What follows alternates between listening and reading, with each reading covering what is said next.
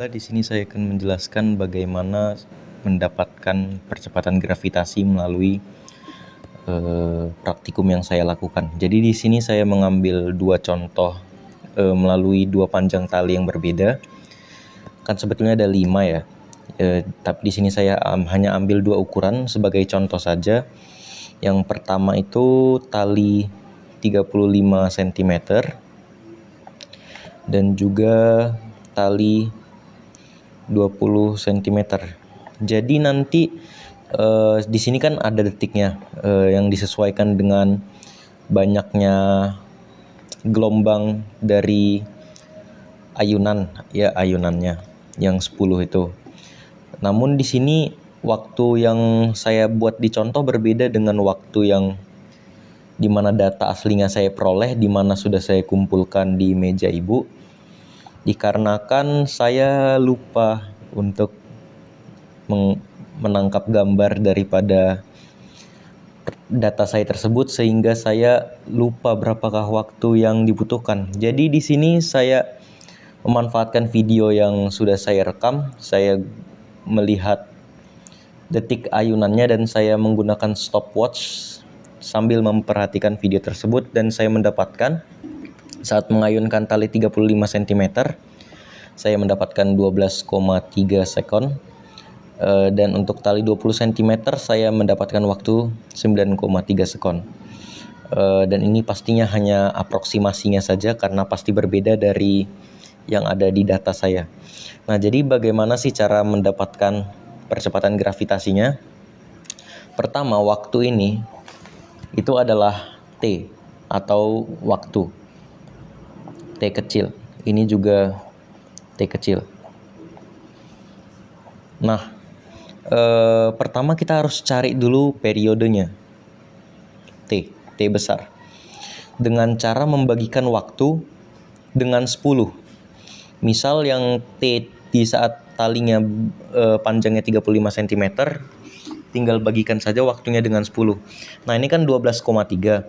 Kalau dibagi 10, komanya tinggal pindah ke belakang 1 jadi 1,23 sekon.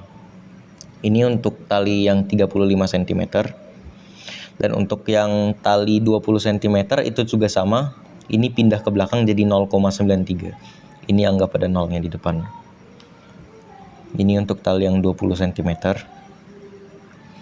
Nah, setelah mendapatkan periode, kita langsung masuk ke inti daripada praktikum ini, yakni membuktikan percepatan gravitasi. Nah, jadi yang saya ketahui dan mungkin sudah dari research ilmuwan dan sudah ketetapannya dari apa yang selama ini saya pelajari, kalau percepatan gravitasi itu memiliki nilai sekitar 9,8 meter per sekon kuadrat, atau kadang kalau di soal ujian bisa dibulatkan jadi 10. Nah, tapi di sini coba akan kita buktikan apakah ketika kita menggunakan rumus gravitasi dengan menggunakan data yang ada, apakah hasilnya akan seperti ini. Jadi kita akan coba gunakan rumus ini. G sama dengan 4 pi kuadrat R per periode pangkat 2. Nah, jadi di sini ada ketetapannya juga, pi itu nilainya 3,14. Jadi coba aja kita masukkan untuk tali yang 35 cm terlebih dahulu. Nah, jadi 4 dikali pi itu nilainya 3,14 dikuadratkan dikali R. R-nya yang mana? R-nya yang ini. Tapi R itu satuannya, ketetapannya itu adalah meter. Namun di sini karena kita menggunakan benang, jadi akan lebih mudah kalau kita menggunakan cm. Tetapi untuk perhitungan data tetap harus kita ubah ke meter. Dengan cara kalau kita ingin mengubah cm ke meter, harus kita bagi dengan 100. Jadi 35 dibagi 100, tinggal pindahkan 2 koma ke belakang. Jadi 35 ini kan samanya kayak 35,0. Pindahkan 2 koma ke belakang jadi 0,35 kan. Kita buat 0,35 per periode pangkat 2. Periode itu yang sudah dibagi 10. Oh iya, kenapa dibagi 10? Itu karena rumusnya itu waktu dibagi jumlah ayunannya itu yang sudah ketetapan untuk praktikum ini, yakni 10. Kita bagikan dengan 1,23 kuadrat ya. Sebelum saya mengerjakan ini tadi, sebelumnya saya juga sudah mencari berapakah nilai ini. Sebetulnya ini tidak mustahil, namun akan sangat sulit untuk dilakukan menggunakan kalkulasi manual. Maka di sini tadi saya sudah gunakan kalkulator untuk mencari hasil yang lebih akurat. Saya dapatkan untuk bagian atas ini sekitar 13,80344, dan di bagian bawahnya ini 1,23 kuadrat, yakni 1,5129. Dan setelah dibagikan menggunakan kalkulator, saya mendapatkan hasil 9,123. Nah, ini yang pertama. Untuk yang kedua, sebentar. Untuk yang kedua, G ketika talinya 20 cm, itu kita tetap gunakan rumus yang sama. Kan itu tadi rumusnya 4pi kuadrat kali R per periode kuadrat. Tetap sama, 4pi itu 3,14 dikali tadi R-nya itu panjang tali, karena 20 cm dibagi 100, 0,2 per periodenya tadi kita dapatkan 0,93. Tidak lupa dikuadratkan. Nah, berdasarkan juga pencarian saya, yang atas ini 7,88768 dan di bagian bawahnya 0,8649, dan saya dapatkan hasil 9,11975. Dan ini tentunya nilainya berbeda ya, yang kedua ini dengan apa yang saya tuliskan di data yang sudah saya kumpulkan, karena tentunya juga saya lupa menulis waktunya yang saya ketika hitung waktunya yang benar-benar saat melakukan praktikum. Jadi pastinya waktunya berbeda dan hasilnya juga akan berbeda. Tapi menurut saya pasti hasilnya akan mirip-mirip, dan ini juga tidak perlu diperhatikan sih, karena hanya contoh dan ingin membuktikan saja.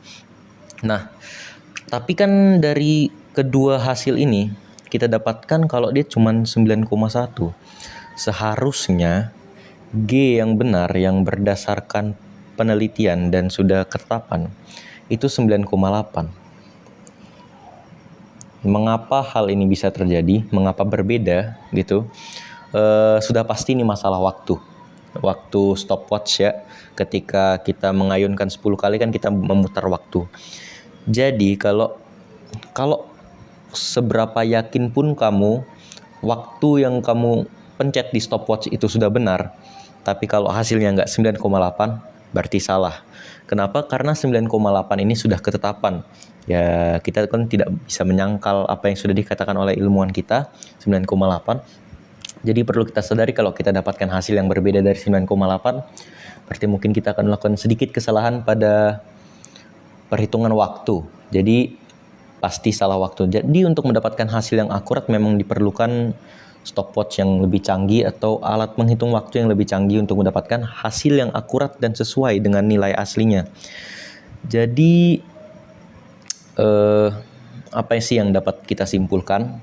Pertama, untuk mendapatkan keakuratan nilai percepatan gravitasi, kita membutuhkan stopwatch atau alat bantu waktu yang lebih canggih, mungkin otomatis, tidak harus menggunakan kemampuan tangan manusia lagi yang secara alami untuk memencet waktu, karena tentunya ada keteledoran dan mungkin misklik. Jadi ketika misal bola sudah diayunkan terlambat mencet waktunya, atau ketika bola sudah selesai kelamaan nutup waktunya, jadi pastinya akan berbeda waktunya. Jadi yang pertama kita butuhkan stopwatch yang lebih akurat.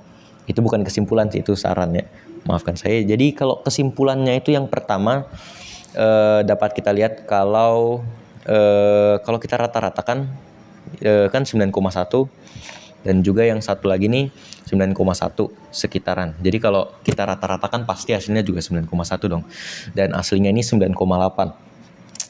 Ini beda sekitar 0,7 dari aslinya. Jadi kesimpulan pertama, data yang saya buat berbeda 0,7 dari